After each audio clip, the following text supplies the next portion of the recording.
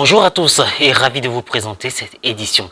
La liste des nominations des secrétaires exécutifs nationaux et des aumôniers nationaux au sein des commissions épiscopales de la Conférence des évêques catholiques de Côte d'Ivoire a été publiée le mardi 10 août dernier par le secrétariat général de la CECCI.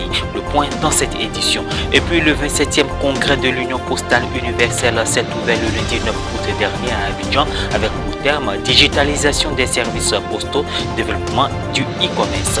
Il prendra fin le 27 août prochain avec l'adoption de la future stratégie postale mondiale et le renouvellement des instances de l'UPU pour une période de 4 ans.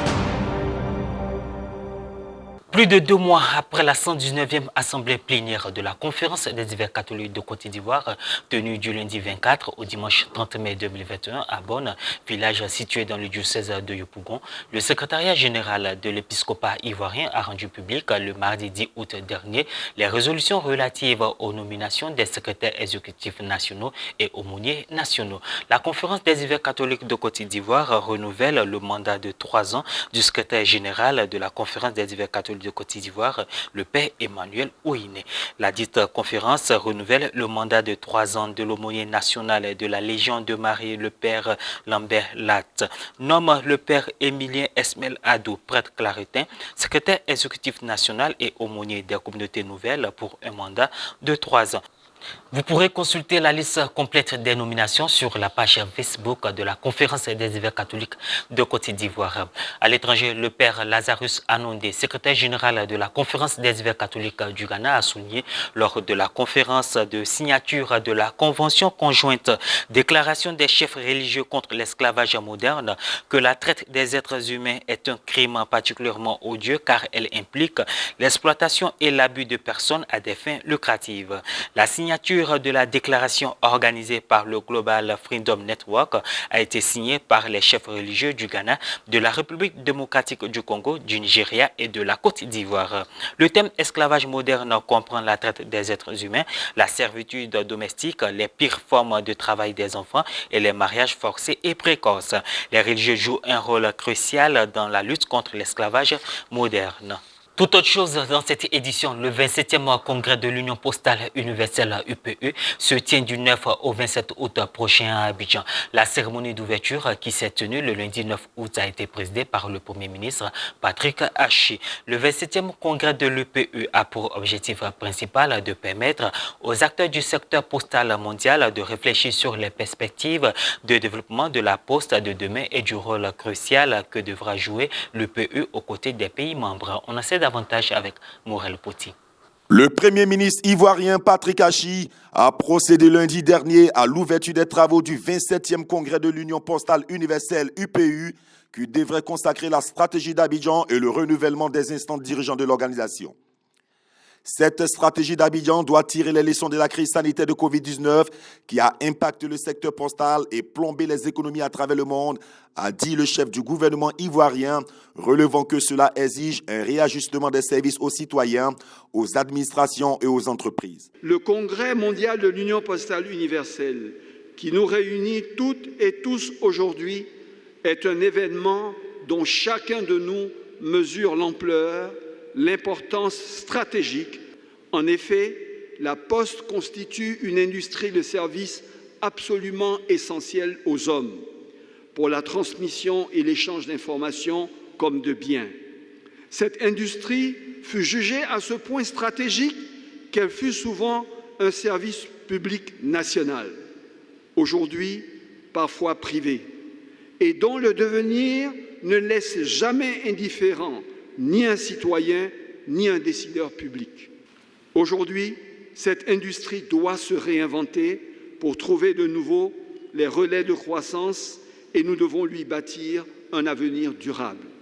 Le développement du secteur postal ne saurait, en effet, se concevoir à l'ère du numérique sans des innovations et sans une digitalisation des services apportés aux clients de l'industrie postale, qu'ils soient citoyens, administration ou entreprise. Cette digitalisation sera aussi le moyen de réduire la fracture postale entre nos pays et de garantir la pérennité de l'usage postal à l'intérieur même de chaque État. Ce sont des principes qui, j'en suis certain, permettront la réussite de nos échanges et la juste définition du modèle postal du XXIe siècle. Aux entreprises. Le secteur postal ne saurait se concevoir à l'aide du numérique sans une digitalisation des services, a ajouté le Premier ministre, soutenant que le digital sera le moyen de réduire la fracture postale et de garantir la pérennité du secteur dans un monde où le digital est devenu le mode de vie permanent.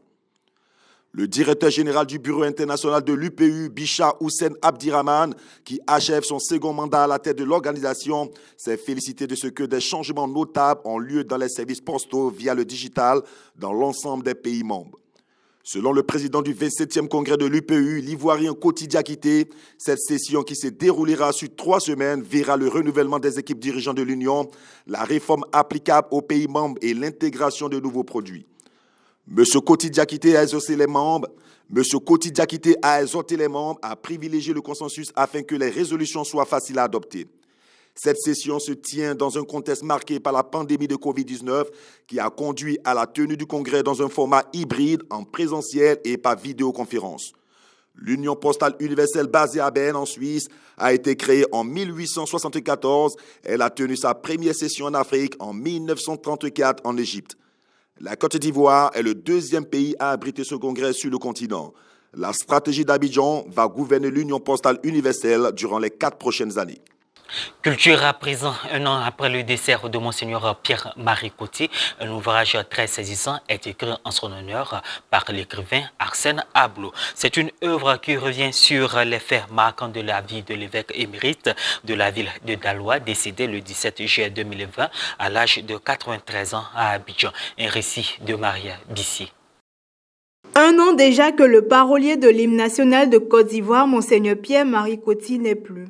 Un livre biographique témoignage de l'évêque émérite de Daloa qui aurait dû marquer l'actualité de la célébration des 65 ans de sacerdoce le 19 juillet 2020.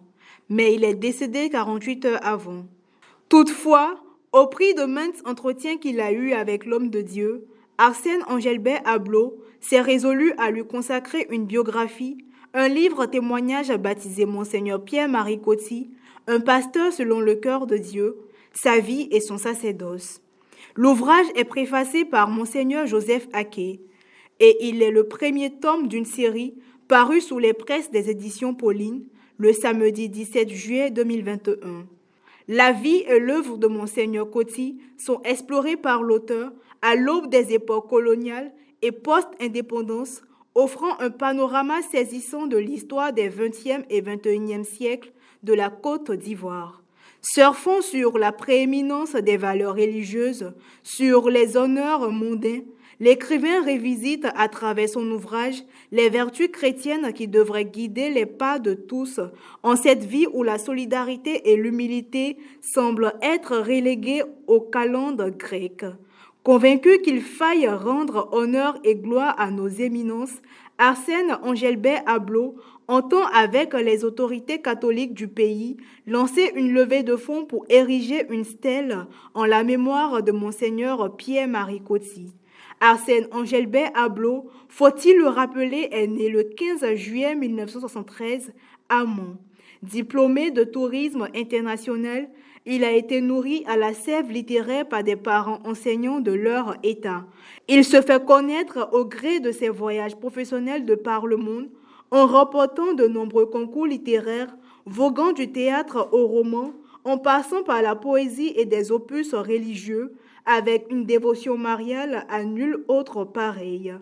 Il est en presque une double décennie de carrière auteur d'une vingtaine d'ouvrages et lauréat de plusieurs prix internationaux. Et voilà, c'est la fin de cette édition. Merci de l'avoir suivi. Nos programmes se poursuivent sur Ecclesia TV.